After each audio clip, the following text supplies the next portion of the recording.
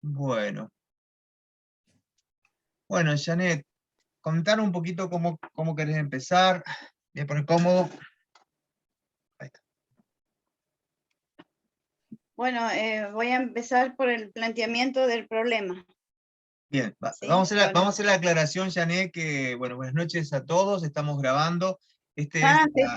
la clase Bueno, recuperatorio, digamos. Acá tenemos la alumna Janet Chacón, la profesora Alejandra Alonso y quien le habla Rubén Fernández. ¿Sí? Esta es la segunda instancia de recuperatorio del bueno. trabajo de práctica profesionalizante 3, trabajo final. Bien, Janet, cuando quieras. Bueno, buenas noches, profesores. Buenas noches. Bueno, voy a hacer el recuperatorio de la práctica profesional número 3. Bueno, y yo voy a empezar por el planteo del problema, ¿sí? Del impacto de la pandemia en la salud mental de los trabajadores esenciales.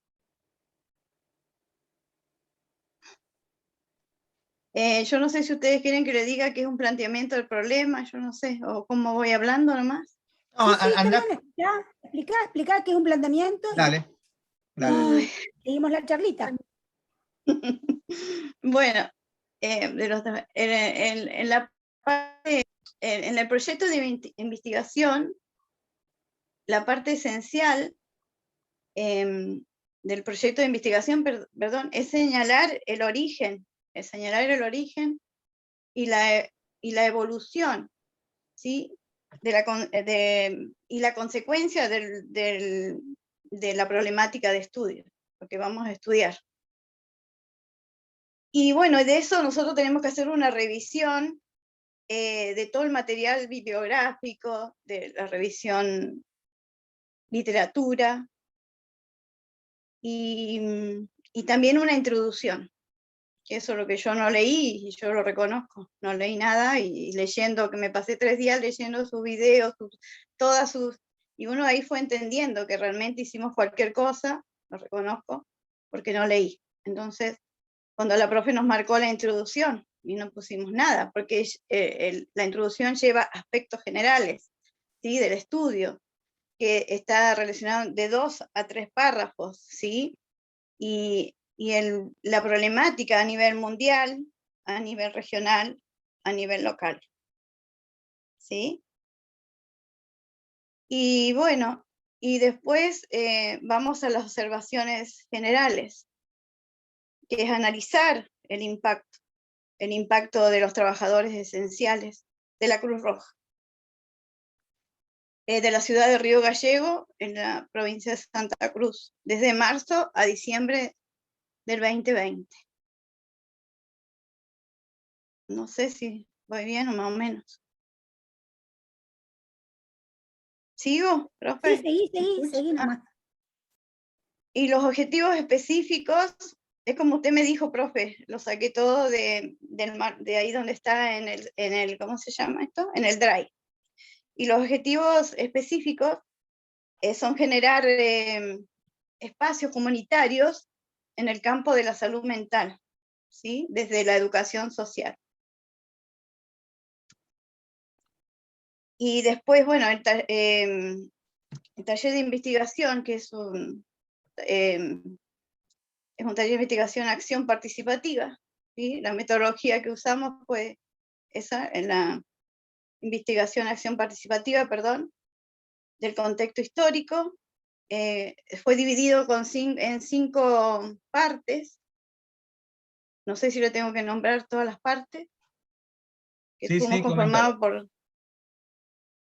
uno fue no sé bien el orden, fue la historia de la pedagogía, no, ¿qué es la pedagogía? Perdón, la salud mental, qué son los derechos humanos, la teoría de la complejidad y la historicidad de la pedagogía social. Bien. ¿Sí? Comentándose un poquito cada una de ellas, entonces.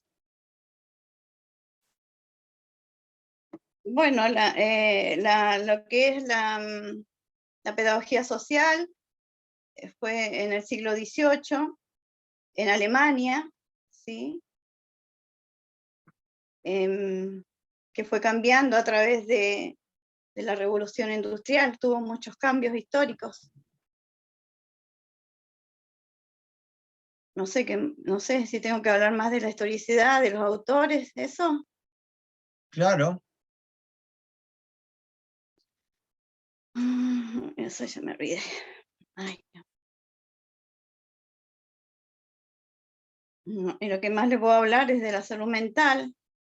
Qué bueno que eso fue a través de la ley 26657, fue una historicidad, fue algo histórico que cambió la mirada de la persona que padecía esa patología, ¿no? Porque todos eran mirados prejuiciosamente. Entonces, a través de esa ley fue cambiando. Después, bueno, de los derechos humanos, que todos tenemos derechos a la vida, Perdón, a las leyes. Janet, comentá un poquito porque lo que está diciendo es como muy general, pero no dice nada en sí, digamos.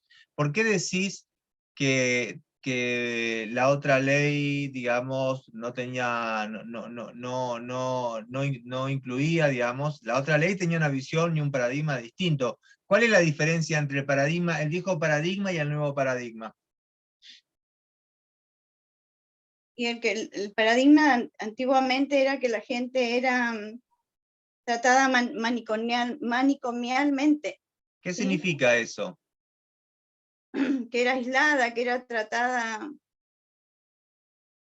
que lo tenían ahí con, ¿cómo se llama? Que lo tenían, los tenían atados, lo tenían bajo medicación, eran derechos eran sujetos de objetos, no sujetos de derechos, que a través de esa ley fue cambiando.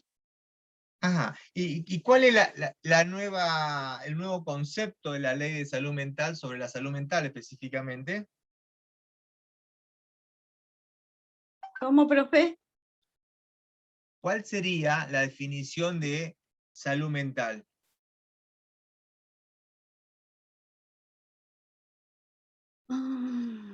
Y bueno, que a través de esa ley fue teniendo otro bienestar social, lo psíquico y lo social. Que ahí se incluía como ya la persona cómo pensaba, cómo se sentía. No, pero No la sé. definición, digamos, justamente el nuevo paradigma tiene una concepción de salud mental totalmente distinta. ¿Cuál es el concepto de salud mental que se plantea en la ley?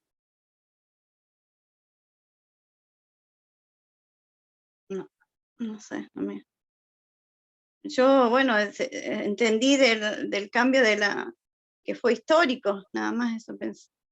Había cambiado, que bueno, que a través de muchos trabajos que se fueron haciendo, ya no iba a ser, ¿cómo se llama esto? Discriminado. Por ejemplo, que ahora los centros de salud mental están separados de los hospitales públicos.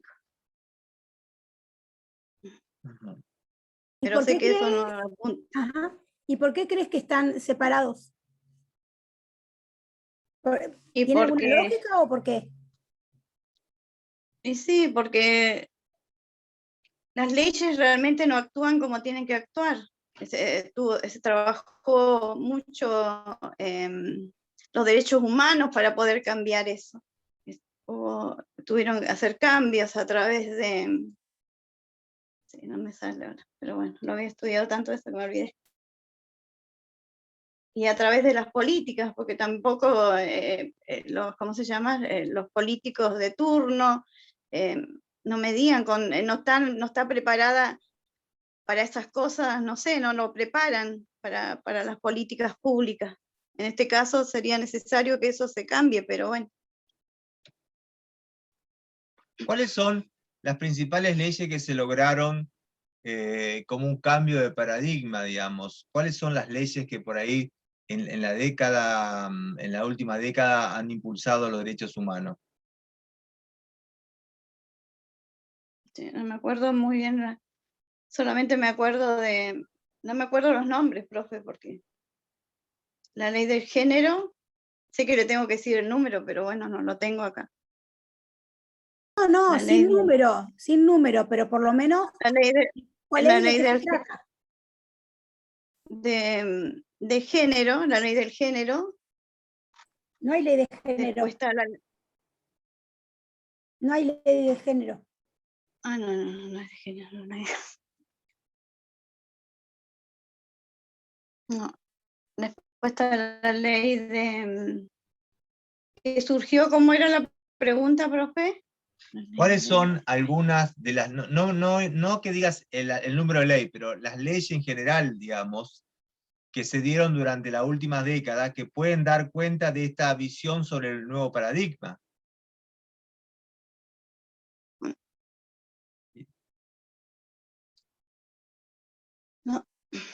No, porque no hay que ver, yo la derecha, la ley del niño y del adolescente no entra ahí tampoco, no era eso.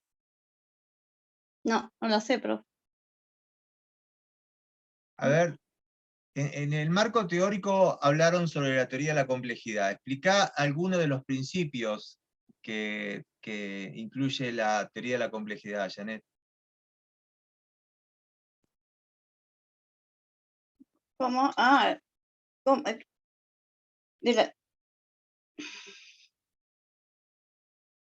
¿De cuando surge la teoría de la complejidad, profe? Puede ser, y explicar un poquito cómo surge y cuáles son algunos de esos principios. ¿Por qué usamos nosotros en el marco teórico la teoría de la complejidad? ¿Por qué pensar que lo usamos o lo utilizamos? Y para comprender la complejidad de la vida.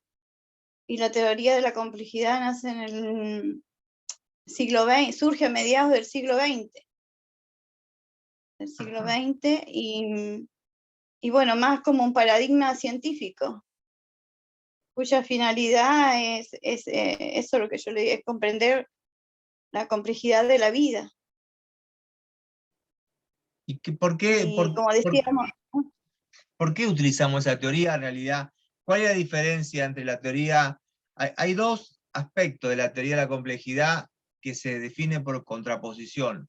Una la función determinista y la otra una función más de la teoría sistémica que explica cuáles son los factores. ¿Cuáles son los factores que se ponen en juego desde la teoría de la complejidad? Hay como 4 o 5 categorías que son claves. ¿Te acordás cuáles son? y la visión de analizar la realidad. No. Eso es una interpretación tuya. No, porque yo leí un poco de Morín y bueno, y Morín decía eso, lo que yo entendí, ¿no?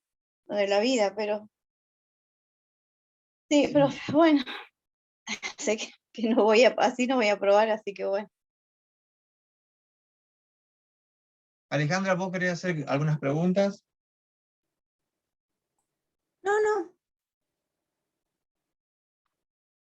No sé, Janet, ¿qué decís? ¿Dejamos acá o seguimos preguntando? No, ¿para qué, profe? Si los contextos históricos ahí me olvidé, se me nubló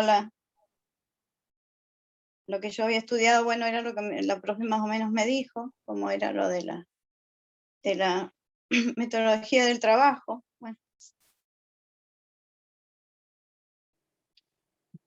Bueno, profe. Bueno, espera un poquito, Janet. ¿Cómo hago para ponerla en pausa, Alejandra? Tenés el micrófono apagado. No, ¿te vas en participante? ¿Viste que dice More? Sí, para ver participantes, sí. Bien. Janet, donde dice More, pone ¿qué opciones tenés? Y acá lo único que me aparece es Janet More y aparece Pin Spot Version Mark. ¿Y al lado? ¿Cómo? No, y al lado dice Mut y More. Dice Mood y es More, sí. ¿En Mood? Bien, en More, apretá. ¿Qué te sale? Apreté y haz de Unmet. Y en More aparece Stop Video, Pin, Spotting Average for Every Marque Hobbs, Renam. No, ROM. Termina en ROM. A remover.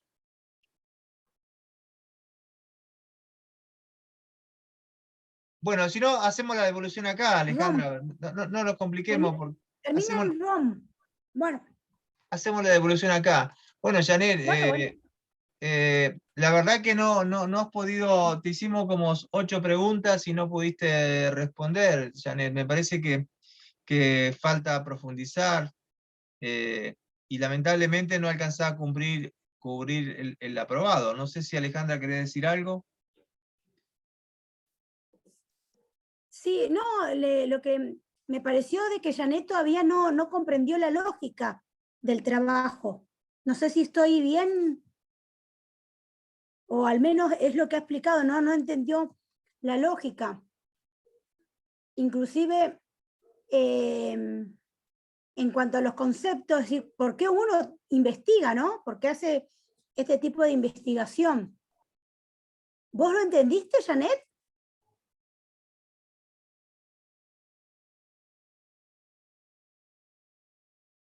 Tiene el micrófono apagado, Janet. Tener el micrófono apagado. Activarlo, Janet, por favor. A ver si yo... Hola, Sí. hola. ¿Vos no estás escuchando a nosotros? Sí, sí lo escucho. Por ahí lo que te decíamos, lo que planteaba Alejandra, era que por ahí parece que en este proceso no has podido como dar cuenta de la lógica del trabajo, digamos, como que por ahí dijiste algunos conceptos, pero que no tienen un sustento en lo que lo que se demuestra en el trabajo, digamos, ¿no?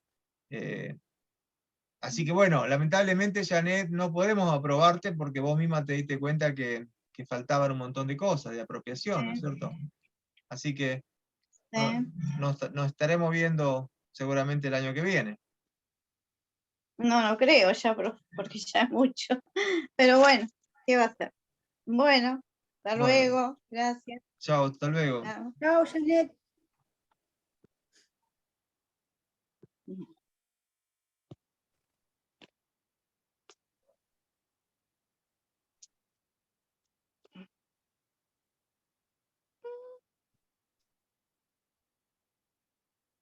No sé, pregunta un montón. No. Alejandra, falta otra alumna, ¿no?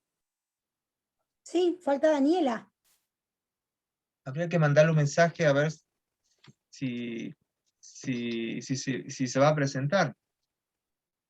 Dale, ahí le mando. Dale.